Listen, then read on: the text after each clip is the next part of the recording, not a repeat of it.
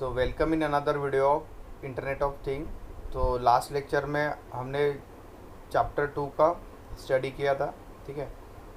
तो आज के इस वीडियो लेक्चर में हम जो नेक्स्ट टॉपिक है that is graceful and affordance, ठीक है। तो इसके बारे में हम स्टडी करेंगे regarding the internet of thing, ठीक है। So first will take the graceful degradation, ठीक है। So that is the syllabus main topic, ठीक है। ये सिलेबस का मेन टॉपिक है, ठीक है। तो अभी देखते हैं हम ग्रेसफुल डिग्रेडेशन क्या होता है इंटरनेट ऑफ थिंग के लिए।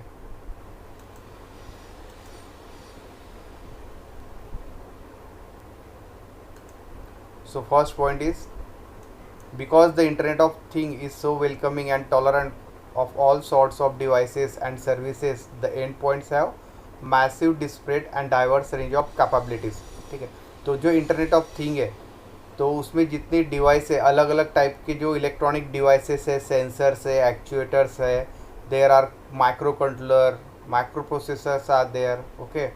तो उसमें जो एंड पॉइंट्स है मीन्स इनपुट से लेके output, so that is called as a end point. Means अगर सेंसर से इनपुट आ रहा है and microcontroller will produce the output signal which is given to the actuator and actuator actual output को control करेगा, ठीक है।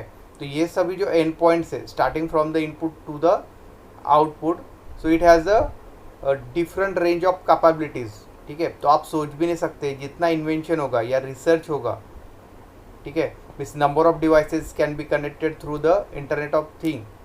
तो उसका जो कैपेबिलिटी है वो कैपेबिलिटी जो है हमें कब पता चलेगा, जब उस फील्ड में रिसर्च होगा, ठीक है। तो ये डे बाय डे इंक्रीज होते जा रहे हैं, मीन्स नंबर ऑफ डिवाइसेस इसमें ऐड होते जा रहे हैं, ठीक है, इंटरनेट टेक्नोलॉजी में, ठीक है। So as a result of this building services which can be use by all of them is nearly impossible task, ठीक है। तो एक डिवाइसेस में अगर कोई सर्विसेज है तो उसमें वो नंबर ऑफ सर्विसेज प्रोवाइड हो सकती है, बट सभी एट अ टाइम यूज़ करना नियरली इम्पॉसिबल है, ठीक है। अगर कोई सेंसर है या कोई प्रोजेक्ट डिज़ाइन किया है तो उसमें बहुत सारी सर्विसेज या फीचर्स हम ऐड कर सकते हैं, ठीक है, बट एट अ टाइम सभी कुछ यूज़ करना ये नियरली इम्पॉसिबल है, ठीक है। So second point will be the HTML का एक फॉर्मेट दिया है, ठीक है, hypertext markup language. HTML language आपको पता है, ठीक है। तो वो उसमें आप टैग्स यूज़ करते हो, ठीक है। तो यहाँ पे एग्जांपल दिया है, जो भी टेक्स्ट लिखना है तो उसके लिए हम टैग्स यूज़ करते हैं HTML में, ठीक है। सो अभी जो न्यूअर वर्जन है तो उसमें new tags are added, okay, and without a break older parsers. Means पहले जो बेसिक लैंग्वेज था HTML, ठीक है, तो उसमें टैग्स यूज़ किए थे। देन उसके बाद आया आपका HTTP, हाइपरटेक्स्ट ट्रांसफ़र प्रोटोकॉल, ठीक है। वो अलग टेक्निक पे काम करता है but it supports the HTML। इस HTML में जो ओल्डर वर्जन था उसमें जो टैग्स यूज़ किए, same tags can be use in the HTTP but in advance. Means जैसे अभी कोई ऐप है, ऐप में अगर बेसिक वर्जन अभी सपोज लॉन्च हुआ है, देन उसके बाद कुछ फीचर्स अगर उस ऐप में ऐड किए तो उसका क्या होता है, वर्जन अपग्रेड होता है। जैसे सपोज 1.0 फर्स्ट टाइम आया, ठीक है, फिर उसमें कुछ प्रॉब्लम्स थी या यूज़र से कुछ फीडबैक आया, देन उसका नेक्स्ट वर्जन आएगा 1.1, ठीक है, ये 1.2। तो उसमें क्या हुआ है, अपग्रेडेशन हुआ है, बट बेसिक तो उसमें है ही ऑलरेडी। जो 1.0 में जो बेसिक थिंग्स थे या सर्विसेज थे उसमें क्या हुआ है, सिर्फ एडवांसमेंट हुआ है। जैसे उसका UI चेंज हो गया, मीन्स यूज़र इंटरफेस हो सकता है, ठीक है, बट बेसिक जो थिंग थे वो उसमें रहेंगे ही रहेंगे, ठीक है। So that is called as a upgradation process. तो सेम यहाँ पे भी HTML का HTTP में अगर कन्वर्जन होता है, मीन्स एडवांसमेंट हो रहा है, तो HTML के सभी टैग्स HTTP में सपोर्ट करेंगे, ठीक है। सो यहाँ पे एग्जांपल लिया है। Second, the other common technique is to use something called graceful degradation, ठीक है। This technology involves aiming to provide a fully feature experience, ठीक है। तो ग्रेसफुल जो डिग्रेडेशन है, ये जो टेक्नोलॉजी है, ठीक है, IoT के लिए, that consist off fully feature experience. तो उसमें जो फीचर्स रहेंगे IoT टेक्नोलॉजी में या उससे जो प्रोजेक्ट डेवलप होगा, in that it contains the full features experience for the user और for the client, if the client is capable of it, but then falling back potentially in number of levels. ठीक है, इस client अगर वो use करने में capable है, then it will use the fully feature experience. Okay,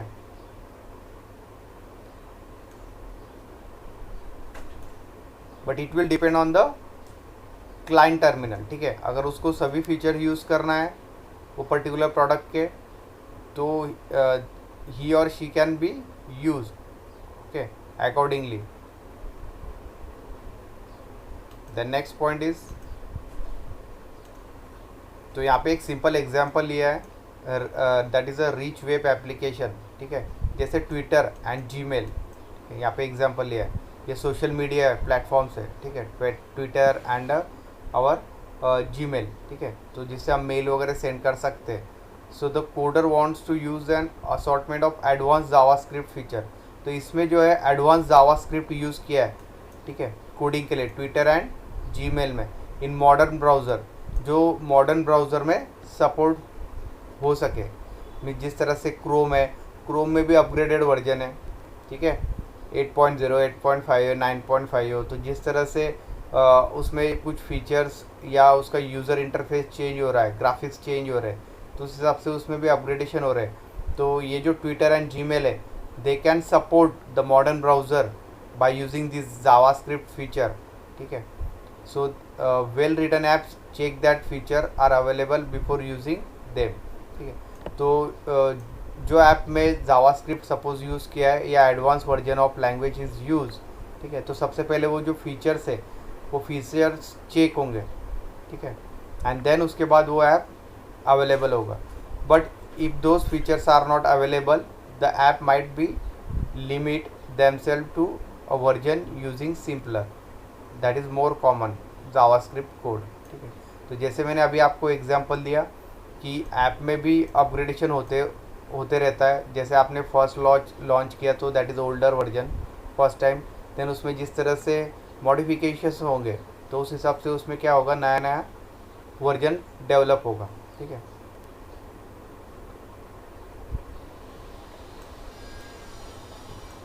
so that is the one of the example. ठीक है, so this is called as a graceful. So next topic of syllabus is the affordances. ठीक है, so we recommended that this interest in designing will give the affordances of doors, may ruin your interaction with buildings because you will encounter examples of poorly throughout the design almost daily. ठीक है, so and as an adoption of internet of things that gathers the space, more and more of our cities, homes and environment will become suppose with technology. ठीक है, तो अभी क्या हो रहा है, जो एडॉप्शंस हो रहा है मीन्स ऑटोमेशन इंक्रीज हो रहा है. ठीक है, सभी जगह means it acquires the more space, that technology will acquire the space in daily life, means our cities, homes और एनवायरनमेंट. जैसे अभी आपको पता है कि बहुत सारे सिटीज़ स्मार्ट सिटीज़ बन रहे हैं. ठीक है, तो स्मार्ट सिटीज़ में क्या होगा, ज़्यादा से ज़्यादा इंटरनेट ऑफ टेक्नोलॉजी यूज़ होगा. ठीक है, जगह जगह पे वाईफाई राउटर्स रहेंगे. All the devices is connected through that wifi which is other and it is connected with the control room. Means कहीं पे अगर ट्रैफिक इंक्रीज हो रहा है तो तुरंत वहाँ पे मैसेज जाएगा कंट्रोल रूम में कि किस सिग्नल पे या कौन से एरिया में ट्रैफिक जाम हुआ है. ठीक है, कहीं एक्सीडेंट हो गया है तो वो भी तुरंत पता चल जाएगी कौन से रोड पे कौन से एरिया पे एक्सीडेंट हुआ है, क्योंकि वहाँ पे सेंसर लगे हुए हैं. ठीक है, so that is a total smart city. तो इसके लिए एक इंफ्रास्ट्रक्चर की भी ज़रूरत है. अगर इतना टेक्नोलॉजी आपको पूरा डेवलप करना है वहाँ पे, ठीक है, तो ज़्यादा से ज़्यादा चीज़ें इंटरनेट से कनेक्ट हो रही है. अभी home automation is also possible. ठीक है, that is also example of internet of thing. ठीक है, then environment will become more sophist with the technology. ठीक है, तो with this additional behavior and capabilities will become an additional complexity, something that successful designer connected devices and services will need to counter. ठीक है, तो इसकी वजह से क्या हो रहा है, कॉम्प्लेक्सिटी इंक्रीज हो रहा है। जिस जैसे जैसे क्लाइंट्स का रिक्वायरमेंट इंक्रीज होगा, ठीक है, तो उस हिसाब से क्या होगा, प्रोजेक्ट कॉम्प्लेक्स होते जाएगा। ठीक है, एंड उसको जो उसमें जो कनेक्टेड डिवाइसेस है एंड द सर्विसेज, ठीक है, दैट आर मैच टुगेदर, तो कॉम्प्लेक्सिटी इंक्रीज होगा इस तरह के प्रोजेक्ट्स में। ठीक है, तो उस हिसाब से उसमें थिंक करना पड़ेगा प्रोजेक्ट में।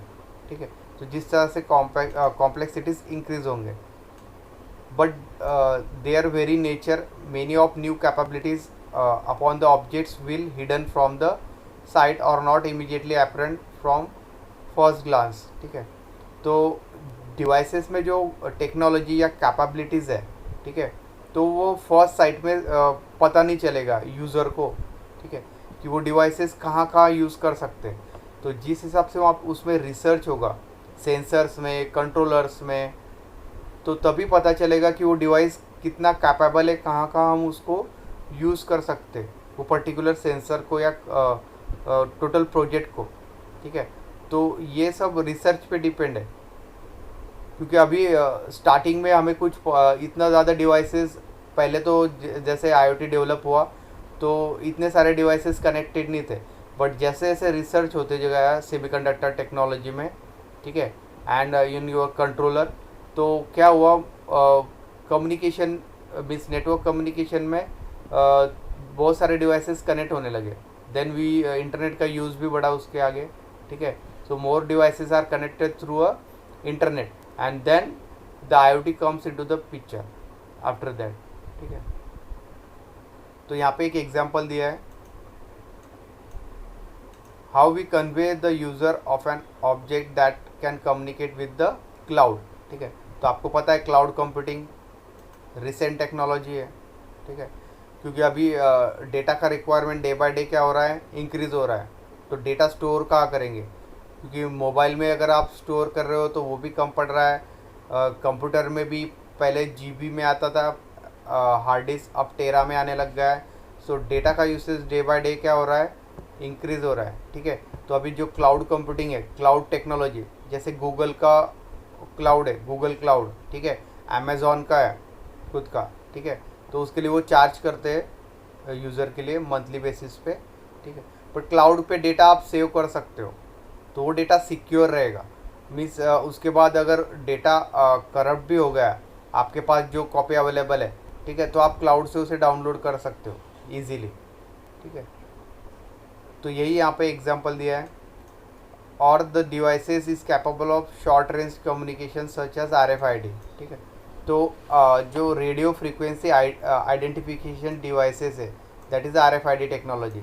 ठीक है, means suppose there is a transmitter TX and there is a receiver RX। Okay, और अभी ये दोनों मुझे कनेक्ट करना है वायरलेसली। ठीक है, वायर्ड से नहीं, वायरलेस। ठीक है, और इसका it will depend on the range. ठीक है, तो 10 मीटर, 100 मीटर। ठीक है, तो इस तरह से इसके सेंसर्स आते हैं RFID के।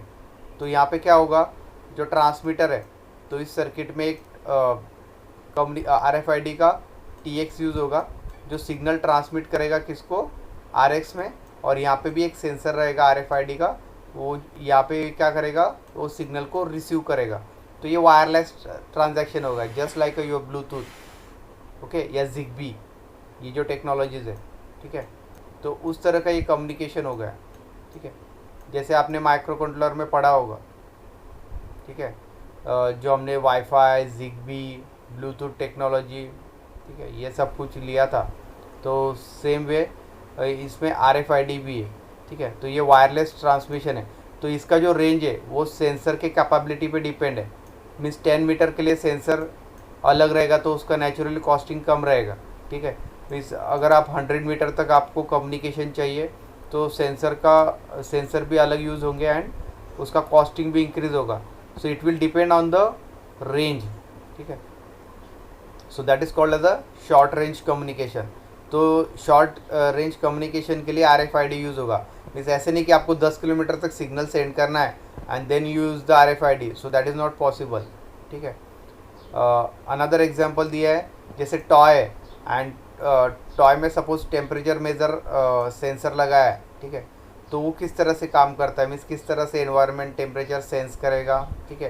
And accordingly that it will behave. ठीक है। सो यहाँ पे कुछ एग्जांपल दिए थे। Then next part is another one example is given, that is a dumb light dimmer switch. ठीक है। तो यहाँ पे एक स्विच यूज़ किया है जिससे लाइट डीम हो सकता है। Means we can change the brightness of a light by using a simply switch. So is usually implemented as a rotary knob. ठीक है। तो ये किस फॉर्म में रहेगा, रोटेटरी नॉब। ठीक है। सपोज एक लाइट है, ठीक है, and we have to control the its brightness. ठीक है। And it is directly connected with the rotary switch. Okay. So rotary switch means circular switch रहेगा। ठीक है। Just like your fan regulator, जो इलेक्ट्रॉनिक वाला फैन रेगुलेटर आता है ना सर्कुलर। ठीक है। वो, so that is a example of rotary switch. ठीक है। तो इससे क्या होगा, अगर ट्रेडिशनली पहले IoT नहीं था तो क्या था, वो डायरेक्टली कनेक्ट था through wire. that bulb is directly connected through a wire to the switch, and we can move that switch in clockwise direction so that the brightness of this bulb will be increasing or decreasing। ठीक है। तो उससे क्या होता था, जो light का रोशनी है तो वो कम या ज़्यादा हो सकता है। ठीक है। तो ये किस पे डिपेंड रहेगा, स्विच के पोजीशन पे। जैसे आप फैन का स्पीड कम ज़्यादा करते हो, ठीक है, वहाँ पे मार्किंग है 1 2 3 4, तो उसी तरह से लाइट का जो ब्राइटनेस है it can be change by using a rotary switch traditionally पहले। ठीक है। अब IoT टेक्नोलॉजी जब डेवलप हो गया है, ठीक है, सो यही काम आप थ्रू योर मोबाइल कर सकते हो। जैसे हमने स्मार्ट लाइट का एग्जांपल लिया था फर्स्ट लेक्चर में। ठीक है। स्मार्ट लाइट में सेम बल्ब रहेगा बट उसमें कनेक्टिविटी रहेगा through a internet. so that light is connected through a Wi-Fi, it is connected through to a Wi-Fi router। ठीक है। एंड आपके पास जो मोबाइल है उस मोबाइल में क्या होगा, ऐप होगा उस स्मार्ट लाइट को कंट्रोल करने के लिए। ठीक है। And through that app you can increase और decrease the brightness, you can on off the light, you can change the colour, क्योंकि अभी जो स्मार्ट लाइट आने लग गए वो मल्टी कलर्स में। ठीक है। आपको सपोज ग्रीन कलर चाहिए रूम में तो ग्रीन कलर में आप सेट कर सकते हो, वाइट चाहिए वाइट, ब्लू। ठीक है। तो इस तरह से मल्टी कलर्स लाइट्स है। तो आप बैठे बैठे क्या कर सकते हो, through a wifi connectivity through your mobile app you can change the brightness on off, okay, then colour of this light. ठीक है। टाइमर सेट कर सकते हो कब ऑन करना है कब ऑफ करना है। तो ये सब चीज़ें स्मार्टली पॉसिबल है थ्रू अ स्मार्ट लाइट। ठीक है। एंड अभी जिस तरह से टेक्नोलॉजी एंड कंपटीशन इंक्रीज़ हो रहा है मार्केट में, तो प्राइसेस भी बहुत कम है स्मार्ट लाइट के। ठीक है। तो ऑनलाइन आपको पता है कि फ्लिपकार्ट पे, अमेज़ॉन पे स्मार्ट लाइट मिलता है। ठीक है। तो ये टेक्नोलॉजी चेंज हो गया है ड्यू टू द IoT। ठीक है। तो that is the one of the example which are given here। okay।